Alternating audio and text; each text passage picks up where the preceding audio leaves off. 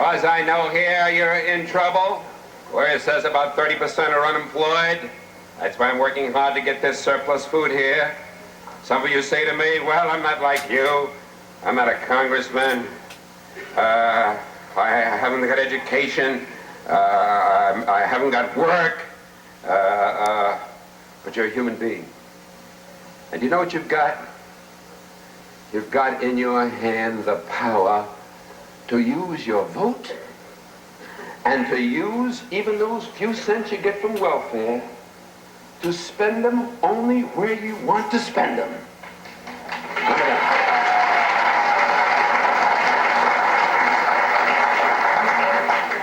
A young slave boy stood one day before the greatest ruler of his day.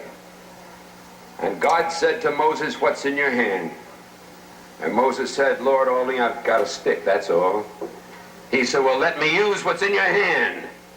And God used that slave boy with a stick in his hand to divide the Red Seas, march through a wilderness, bring water out of rocks, manna from heaven, and bring his people to freedom land. What's in your hand?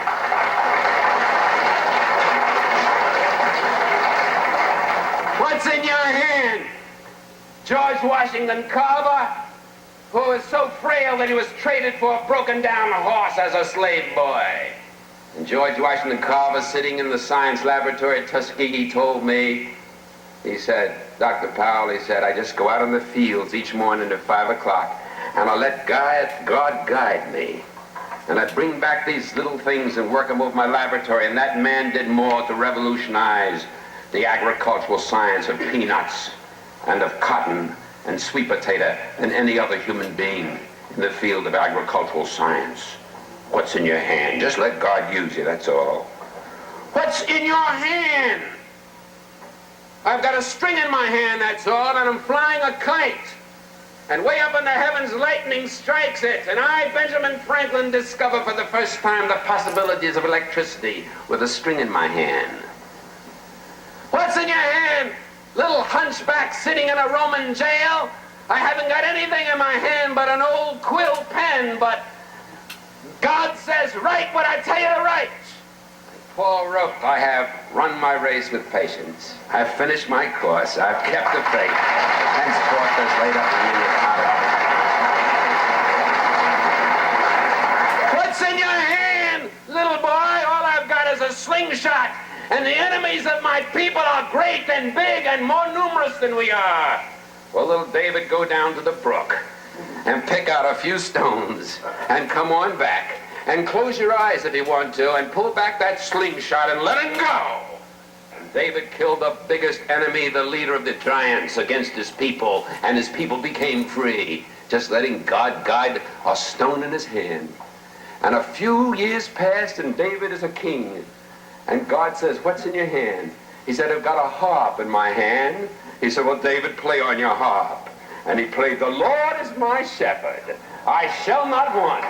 Maketh me to lie down in green pastures, leadeth me beside still waters. Yea, though I walk through the valley in the shadow of death, I'll fear no evil." What's in your hand? What's in your hand? Man hanging on a cross. I've got 2 nails in my hand. Father, I stretch my hands to thee. No other help I know. If thou withdraws thyself from me, whither shall I go? And that man with 2 nails in his hand split history in half, BC and AD. And what's in your hand tonight, people of Cambridge? You've got God in your hand, and he'll let you win because he's on your side and one with God. Always in the majority, so walk with him and talk with him and work with him and stick together and fight together, and with God's hand in your hand, the victory will be accomplished here sooner than you dreamed, sooner than you hoped, sooner than you prayed for, sooner than you imagined. Good night and God bless you.